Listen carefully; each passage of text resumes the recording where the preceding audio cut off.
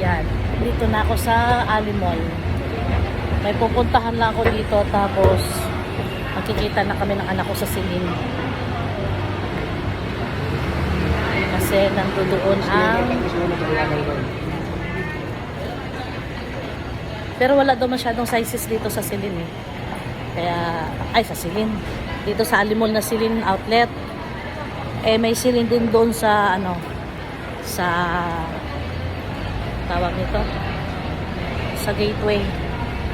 Kaya pupunta rin kami ng Gateway. Ay, sarap ng lamig. Sarap bago paligo. Kaya ang sarap ng feeling, fresh na fresh. Lamig, sarap.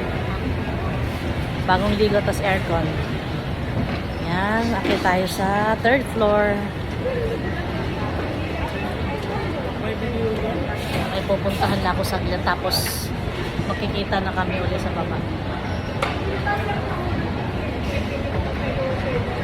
Sa Silin yata kami magkikita. Kasi pagbaba ni Esek sa bahay, aalis na rin sila. Kaya nagpa-draft off lang ako. So, malapit na ako sa aking pupuntahan.